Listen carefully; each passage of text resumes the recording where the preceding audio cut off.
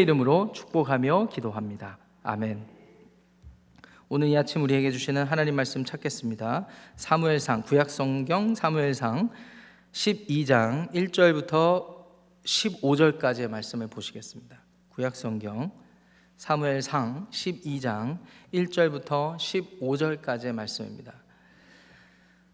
저와 여러분들이 한 절씩 교독하시고요, 마지막 절 15절은 큰 목소리로 합독하겠습니다. 1절입니다. 사무엘이 온 이스라엘에 이르되 보라, 너희가 내게 한 말을 내가 다 듣고 너희 위에 왕을 세웠더니 이제 왕이 너희 앞에 출입하느니라. 보라, 나는 늙어 머리가 휘어졌고 내 아들들도 너희와 함께 있느니라. 내가 어려서부터 오늘까지 너희 앞에 출입하였거니와 내가 여기 있나니 여호와 앞과 그의 기름 부음을 받은 자 앞에서 내게 대하여 증언하라. 내가 누구의 소를 빼앗았느냐? 누구의 나귀를 빼앗았느냐? 누구를 속였느냐? 누구를 압제하였느냐? 내 눈을 흐리게 하는 뇌물을 누구의 손에서 받았느냐? 그리하였으면 내가 그것을 너희에게 갚으리라 하니, 그들이 이르되 당신이 우리를 속이지 아니하였고 압제하지 아니하였고 누구의 손에서든지 아무것도 빼앗은 것이 없나이다 하니라. 사무엘이 백성에게 이르되 너희가 내 손에서 아무것도 찾아낸 것이 없음을 여호와께서 너희에게 대하여 증언하시며 그의 기름 부음을 받은 자도 오늘 증언하느니라 하니, 그들이 이르되 그가 증언하시나이다 하니라. 사무엘이 백성에게 이르되 모세와 아론을 세우시며 너희 조상들을 애굽 땅에서 인도하여 내신 이는 여호와이시니 그런즉 가만히 서 있으라. 여호와께서 너희와 너희 조상들에게 행하신 모든 공의로운 일에 대하여 내가 여호와 앞에서 너희와 담론하리라. 야곱이 애굽에 들어간 후 너희 조상들이 여호와께 부르짖음에 여호와께서 모세와 아론을 보내사 그 두 사람으로 너희 조상들을 애굽에서 인도해 내어 이곳에 살게 하셨으나 그들이 그들의 하나님 여호와를 잊은지라. 여호와께서 그들을 하솔 군사령관 시스라의 손과 블레셋 사람들의 손과 모압 왕의 손에 넘기셨더니 그들이 저희를 치매 백성이 여호와께 부르짖어 이르되 우리가 여호와를 버리고 바알들과 아스타롯을 섬김으로 범죄하였나이다. 그러하오나 이제 우리를 원수들의 손에서 건져내소서. 그리하시면 우리가 주를 섬기겠나이다 하매 여호와께서 여룹바알과 베단과 입다와 나 사무엘을 보내사 너희를 너희 사방 원수의 손에서 건져내사 너희에게 안전하게 살게 하셨거늘 너희가 암몬 자손의 왕 나하스가 너희를 치러 옴을 보고 너희 하나님 여호와께서는 너희의 왕이 되심에도 불구하고 너희가 내게 이르기를 아니라 우리를 다스릴 왕이 있어야 하겠다 하였도다. 이제 너희가 구한 왕, 너희가 택한 왕을 보라. 여호와께서 너희 위에 왕을 세우셨느니라. 너희가 만일 여호와를 경외하여 그를 섬기며 그의 목소리를 듣고 여호와의 명령을 거역하지 아니하며 또 너희와 너희를 다스리는 왕이 너희의 하나님 여호와를 따르면 좋겠지만은 함께합니다. 너희가 만일 여호와의 목소리를 듣지 아니하고 여호와의 명령을 거역하면 여호와의 손이 너희의 조상들을 치신 것 같이 너희를 치실 것이라. 아멘. 하나님의 말씀입니다. 어제까지 본문에서 확인하셨듯이 하나님께 간청을 해서 이스라엘 백성들이 새 왕을 얻습니다. 그 새 왕은 하나님께서 택하신 자여야만 했고 그 새 왕은 하나님을 경외하는 사람이어야만 했습니다. 그래서 하나님의 사람 사무엘을 통해서 사울 왕이 세워지게 되죠. 그런데 사실은 그 왕이 리더십이 얼마나 있고 또 이스라엘 백성들이 얼마만큼 존경할 수 있는 존재인지에 대해서는 아직 베일에 가려져 있었는데 어제 본문의 사건들을 통해서 이스라엘 백성들이 이제 전적인 신뢰를 표현하는 장면이 있었습니다. 그리고 나서 온 이스라엘이 사울을 왕으로 이제 받아들이는 일이 있고 난 후에 이제 사무엘이 이스라엘 백성들을 불러 모읍니다. 그리고 그들 앞에서 대화하는 장면이 12장 전체의 내용이 되겠습니다.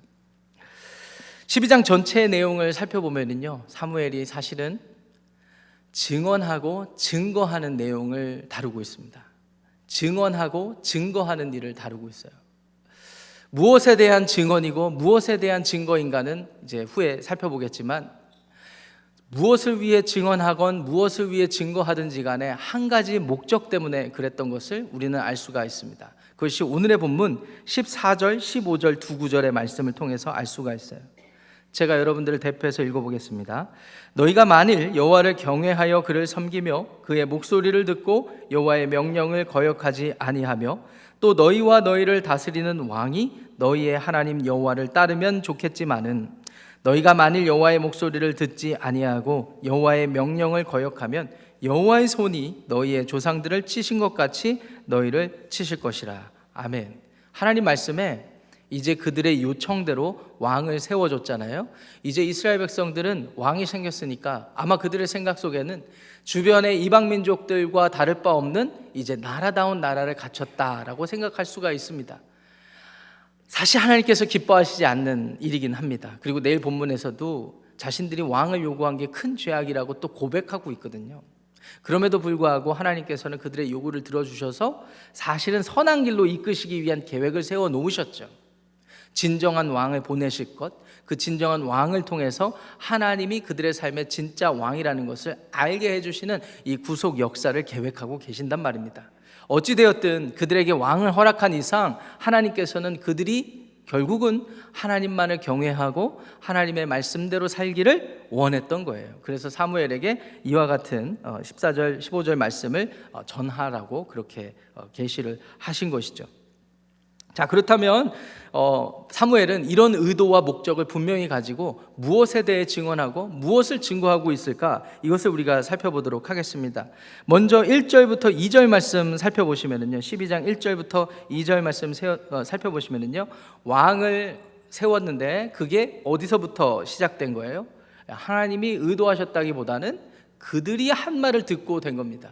그러니까 그들의 요구대로 왕이 세워졌다는 것을 확인해 주고 있습니다.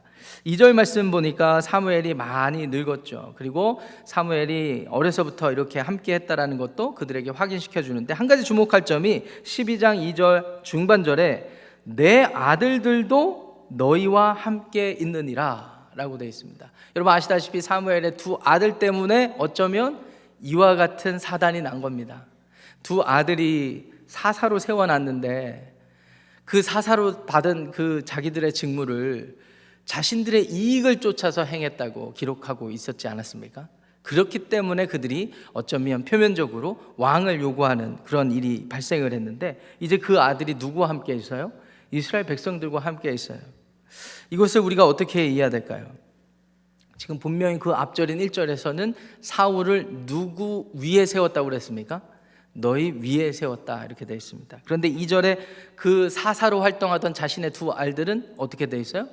너희들과 함께 있다. 이 말인즉슨 이제 왕이 왕으로서 역할을 하고 자신들의 두 아들은 그냥 내려온 거예요. 내려온 거예요.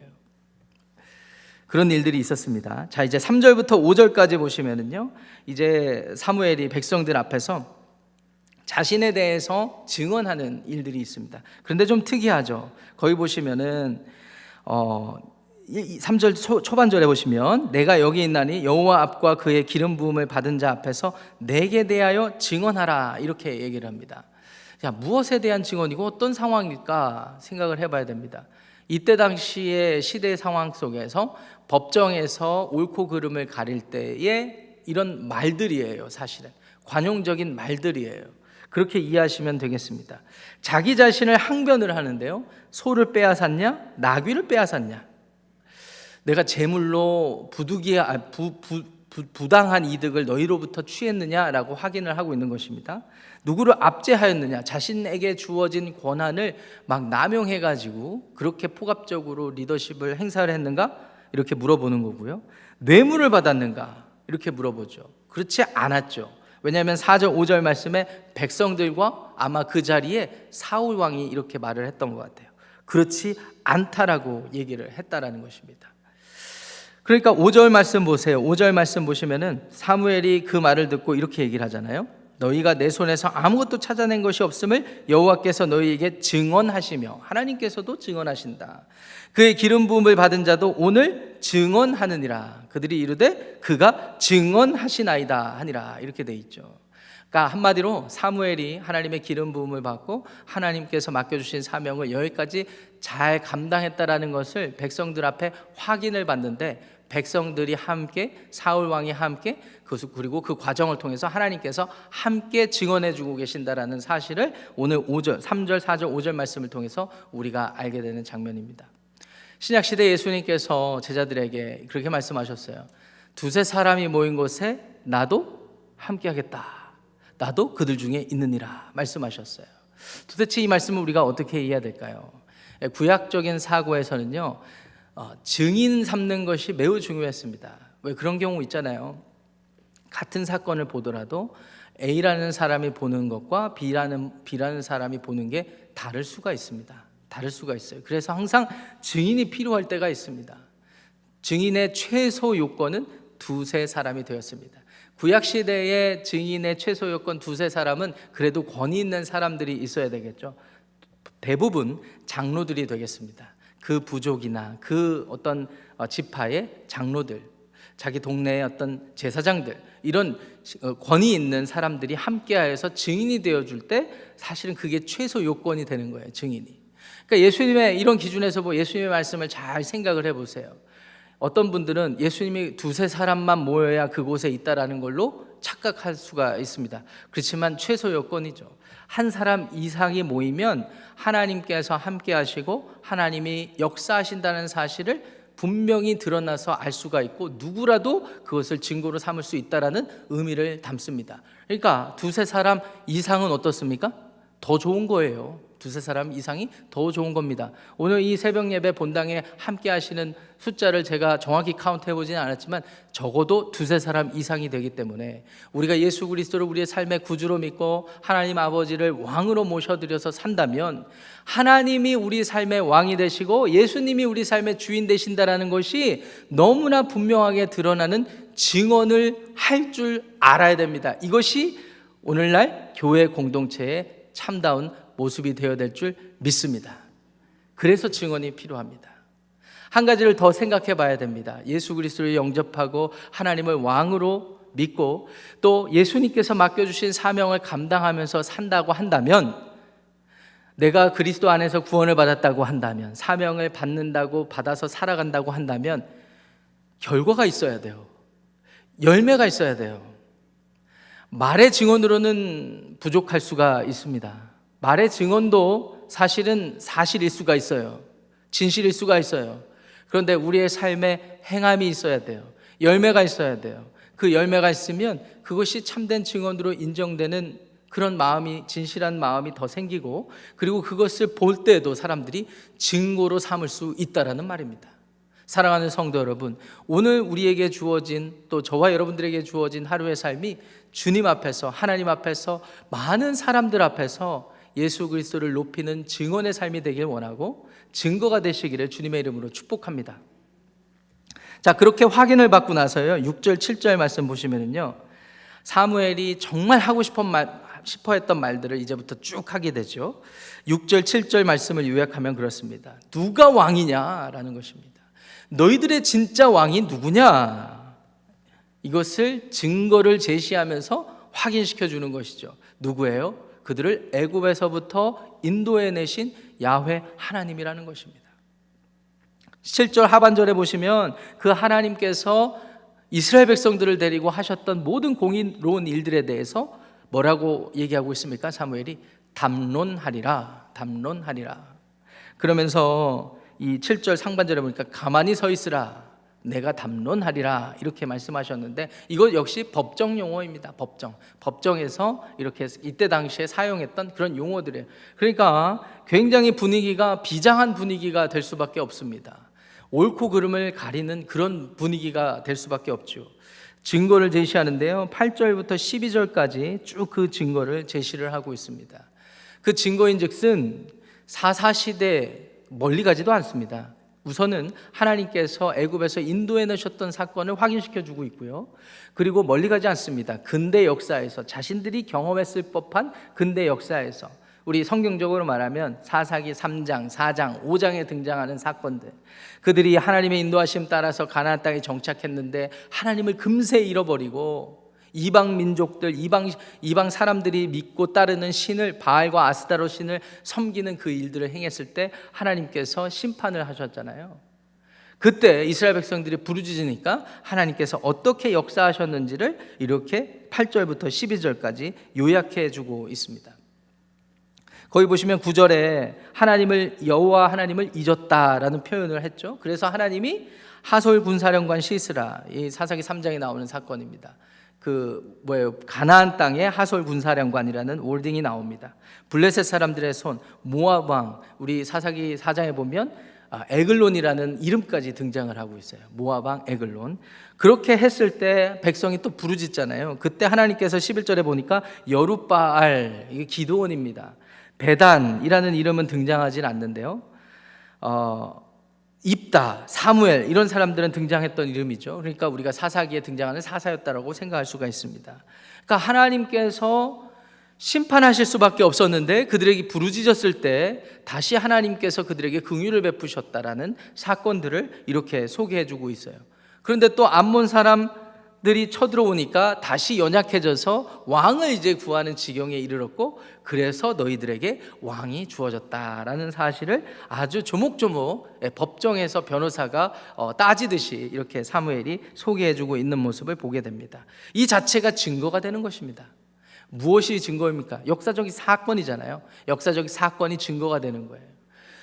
아니, 불과 몇 년 전에, 아니 몇십 년 전에, 몇백 년 전에 있었던 일들을 너희들이 기억하지 못하느냐라는 겁니다. 논리적으로는 너희들이 이런 식으로 하나님을 배반했을 때 어떤 일이 우리들 가운데 있었는지 기억하지 못하느냐라면서 증거를 계속 제시하고 있는 거예요.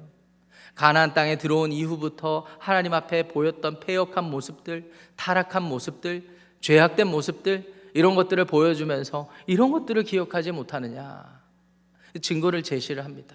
그리고 아까 서론에서 살펴봤듯이 14절 15절에 우리가 살펴본 바대로 이렇게 증언하고 증거하는 이유가 뭐라고요? 여호와께서 우리의 왕이 되신다는 것을 기억하고, 너희들의 뜻대로 왕이 비록 세워졌다 하지만 이 왕을 우선 여기는 것이 아니라 하나님을 경외하고 하나님의 말씀을 따르기를 최선을 다해서 살라라고 그렇게 매듭지어주고 있는 것입니다. 신약 성경에 가면은요, 이와 비슷한 장면이 신기하게 묘사되고 신기하리만큼 비슷하게 묘사되고 있는 장면이 있습니다. 디모데후서 4장에 가시면은요, 이제 디모데에게, 에베소 교회 큰 교회를 목회하는 우리 젊은 목회자 디모데에게 바울이 이제 애절한 마음으로 마지막 메시지를 증언하는 장면이 나오죠. 디모데후서 4장 5절부터 제가 한번 읽어보겠습니다. 여러분들을 위해서. 거기 보시면 바울이 이런 얘기를 해요. 너는 모든 일에 신중하여 고난을 받으며 전도자의 일을 하며 네 직무를 다하라, 이렇게 얘기를 하면서 6절에 전제와 같이 내가 벌써 부어지고 나의 떠날 시각이 가까웠도다. 전제라는 것은 구약시대의 제사의 하나의 방식이죠. 물을 확 붓는 거예요. 제단에다가 확 붓듯이 자신의 삶도 부어졌다라는 것을 얘기를 합니다. 떠날 시각이 다가왔습니다. 사무엘도 그랬잖아요. 사무엘도 이제 왕이 세워졌으니까 이스라엘 백성들이 여기까지 인도했고 자기 나이도 지금 노쇠했으니까 이제 아는 거예요. 내가 이제 내려와야 될 때가 되는구나, 이것을 알았다는 겁니다. 많이 비슷하죠. 그런데 공통점이, 또 더 중요한 공통점이 7절 8절에 있습니다.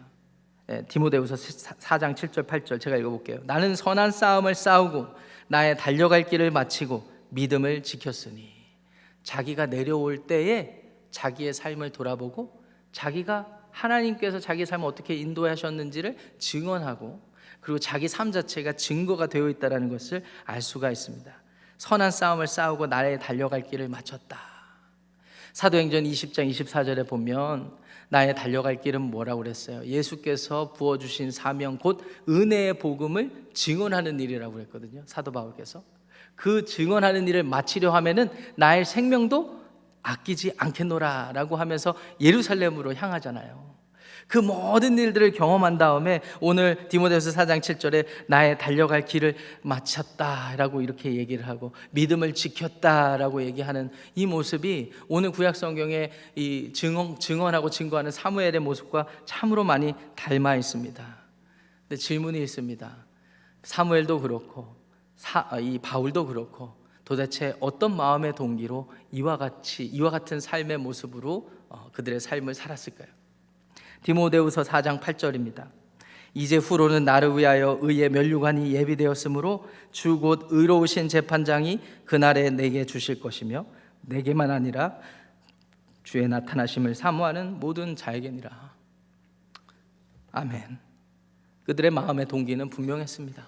하나님이 그들의 삶을 지키시고 보호하시고 인도하시는구나. 이방 나라 사람들이 아무리 잘 살아 보여도, 이방 나라 민족들이 아무리 강해 보여도 다 소용이 없었던 것입니다. 그들 마음속에 너무나 분명하게 각인되었던 증거가 있었기 때문이죠. 하나님이 그들의 삶을 여기까지 인도해 주셨다라는 증거 말입니다. 사랑하는 성도 여러분, 우리의 삶과 우리의 마음속에 분명히 각인된 증거가 있습니다. 바로 예수 그리스도의 십자가입니다. 할렐루야. 우리 주님께서는요, 그냥 우리를 사랑하신 게 아닙니다. 우리가 죽었어야 되는 십자가 그 자리에서 자신이 대신 못 박혀 죽어주셨어요. 무엇을 위해서 그랬습니까? 우리에게 영원한 생명, 사망 권세에서 완전히 해방시켜 주시고 영원한 생명, 하나님과 함께 교제를 회복시키시기 위함이었습니다. 여러분들 그렇게 믿으십니까? 그와 같은 우리에게 증거가 주어졌는데 우리가 무엇을 자랑하겠습니까? 우리에게 남겨진 일이라는 것은 그와 같은 일을 벌여주신 하나님을 증언하고, 그리고 그것을 증거 삼아 우리 삶 역시 아직도 이와 같은 진리를 모르는 사람들 앞에 증거가 되어야 되지 않겠습니까? 오늘 우리들의 생각과 마음, 모든 것들을 주님께 전제와 같이 다 부어드리기를 축복합니다. 그렇게 할 때 하나님께서 높임 받으시고 우리 역시 하나님을 증언하고 증거가 되는 삶이 될 줄 믿습니다. 기도하겠습니다. 하나님 아버지 감사합니다. 오늘 사무엘의 모습을 통하여서 하나님의 사명과 직분을 잘 감당한 그러한 모습들을 보면서 그의 고백을 통해 하나님 여호와 하나님만이 우리의 삶의 왕이라는 사실 또한 다시 한번 확인받습니다. 사도 바울도 그러했고 우리 예수님도 그러했듯이 아버지 하나님만을 바라보며 아버지께서 맡기신 일에 전적으로 헌신하고 순종하는 저희들이 되게 하여 주시옵소서. 건강에 어려움이 있습니까? 하나님께서 치료하시고 손대주시고 회복시켜 주시기를 원합니다. 경제적인 어려움이 있습니까? 하나님 그 안에서 하나님께 부르짖게 하시고 하나님을 경험하는 과정이 되게 하여 주시옵소서. 그 외에 관계적인 어려움, 많은 어려움, 가정의 문제, 또 직장의 문제, 많은 문제들을 주님 앞에 내려놓고 하나님이 우리의 안에 거하시며 하나님이 우리의 삶의 왕이 되신다는 사실을 고백하며 증언하며 증거하는 우리 모든 지구촌교회 권속들 되게 하여 주시옵소서. 우리 주 예수님의 이름으로 축복하며 기도합니다. 아멘. 하늘에 계신 우리 아버지여, 이름이 거룩히 여김을 받으시오며 나라가 임하시오며 뜻이 하늘에서 이루어진 것 같이 땅에서도 이루어지이다. 오늘 우리에게 일용할 양식을 주시옵고 우리가 우리에게 죄 지은 자를 사하여 준 것 같이 우리 죄를 사하여 주시옵고 우리를 시험에 들게 하지 마시옵고 다만 악에서 구하시옵소서. 나라와 권세와 영광이 아버지께 영원히 있사옵나이다. 아멘.